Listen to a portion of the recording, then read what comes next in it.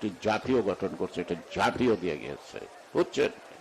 সুতরাং এইটাই কিন্তু আমার দেশপ্রেমের চেতনা আসে যখন বলি আমি বাংলাদেশি। যখন আমার ভৌগোলিক এলাকায় আঘাত আসে তখনই আমার রক্ত টকবক করে যুদ্ধে যাওয়ার জন্য। ঠিক যদি তাই ঠিক হয় তাহলে জিয়াউর রহমান অত্যন্ত বৈজ্ঞানিক চিন্তা, বাস্তবতা চিন্তায় এক মডার্ন কনসেপ্ট ন্যাশনালিজমের, যে ন্যাশনালিজমটা ন্যাশনাল স্পিরিট থেকে, যে জাতীয়তাবাদ, ন্যাশনাল স্পিরিটটা হল দেশপ্রেম থেকে। এই দেশপ্রেমের আজকে প্রেমিকদের জন্মদিন, আজকে শুধু বিএনপির জন্মদিন না, আজকে বাংলাদেশিদের জন্মদিন। বাংলাদেশকে যারা ভালোবাসে, সার্বভৌমত্বকে ভালোবাসে তাদের জন্মদিন, যারা গণতন্ত্রকে ভালোবাসে তাদের জন্মদিন আসছে। এই যে সাংবাদিকরা লাঠি লয়ে দাঁড়ায় রয়েছেন, আসিল বাক্সা হওয়ার পর ইত্তেফাক ছিল না, 4টার নাম জানিও না এখন, 4টা পত্রিকা সারা সব শেষ। সাংবাদিকরা তখন হকারি করছে বাইতুল মুকাররমায়, আমরা গেছি। আর জিয়াউর রহমান এসে কি করছেন, সব কালা কানুন উঠে দিচ্ছেন। শত ফুল ফুটতে দাও, শত কথা লিখতে দাও, অর্থাৎ যত কালা কানুন মানে কি, সাংবাদিকের উপর, সংবাদপত্রের উপর যে কালা কানুন, সকল কালা কানুন তিনি কয়েকটা পত্রিকা তিনি তুলে দিচ্ছেন। এই প্রেস ক্লাব ছিল টিজার কর, কোন বিদেশি সংস্থা প্রেস ক্লাবটাকে পাকা করে দিবে। প্রেসিডেন্টকে বলল আমরা গরিব হতে পারি, তাই বলে ভিক্ষা করতে শিখি নাই, যান প্রেস ক্লাব হবে বাংলাদেশের টাকায়, আমি আসতেছি। এই আজকে সুন্দর প্রেস ক্লাব কার? জিয়া রহমানের দিয়ে যাওয়া। সেই প্রেস ক্লাব থেকে আমার দলের মহাসচিবকে বের করে দেয়, সেই প্রেস ক্লাবে গেলে আশ্রয় দিলে পুলিশ থেকে ডাক দিয়ে ধরে দেয়। এর নাম সাংবাদিক? সাংবাদিকের দর্শনগত মত থাকতে পারে, কিন্তু যখন তিনি সাংবাদিক, তার দর্শনটা যাতে তার মধ্যে থেকে না ফুটে ওঠে,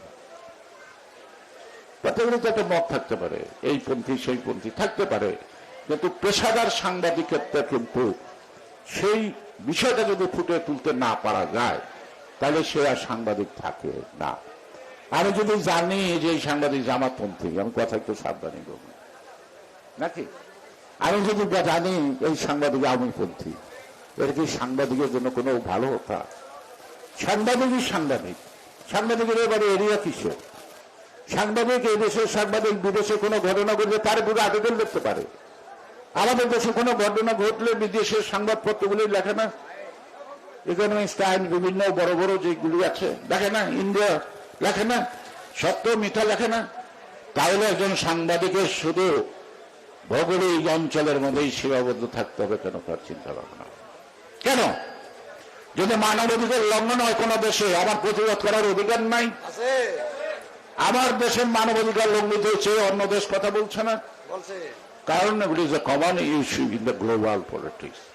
কারণ মানুষ যে দেশে বাস করুক, সে মানুষ, তার উপর যদি অন্যায় হয়, মানবতার যদি কাজ হয়, তার বিরোধিতা করে মানুষের একটা প্রকৃষ্ট স্বভাব থাকতে হবে, তাতে তাকে গর্ববোধ করতে হবে যে আমি একটা অন্যায়ের প্রতিবাদ করতে পারছি। হতে পারে কার্যকর নাও হতে পারে, সে কারণেই আজকে জিয়াউর রহমানের রাজনীতির মূল মন্ত্রটাই আপনাকে আগে বুঝতে হবে, শিখতে হবে, তাহলে আপনার ভয় ডর কিছু থাকবে না। আপনি অর্জনের প্রতি যদি প্রতিশ্রুতিশীল হন, তাহলে স্বয়ংকে ভেবে আপনার সাহস চলে আসবে। এই সাহস ট্যাবলেট খাওয়া হয় না। অর্থাৎ আমার লক্ষ্য অর্জন, আমি যদি লক্ষ্য অর্জনে যেটা বাধা আসবে, তখন সেই বাধা আমাকে বাধা দিয়ে রাখতে পারবেন না। সেই দেখেন, আপনি যে ইতিহাসে ধর্ম বলেন, ইসলাম ধর্ম বলেন, সেখানে কিন্তু রক্তক্ষয়ী যুদ্ধ হয়েছে। রোজার 17 দিনে কি শেষ যুদ্ধটা কই ছিল? মদিনা থেকে আসার পথে মক্কায় যে নবী করিম হযরত মুহাম্মদ সাল্লাল্লাহু আলাইহি ওয়াসাল্লাম মক্কায় আসলেন, জয় করলেন, বদরের যুদ্ধ, তখন 17 রোজা, 17 রোজার দিন তিনি যুদ্ধ করছেন। তার অনেক সাবা মারা গেছে, যারা বিরুদ্ধে ছিল তারাও মারা গেছে।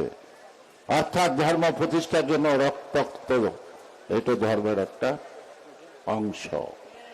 সত্য প্রতিষ্ঠার জন্য ঝগড়া করা, মারামারি করা, এটা কিন্তু একটা গণতন্ত্রের অংশ।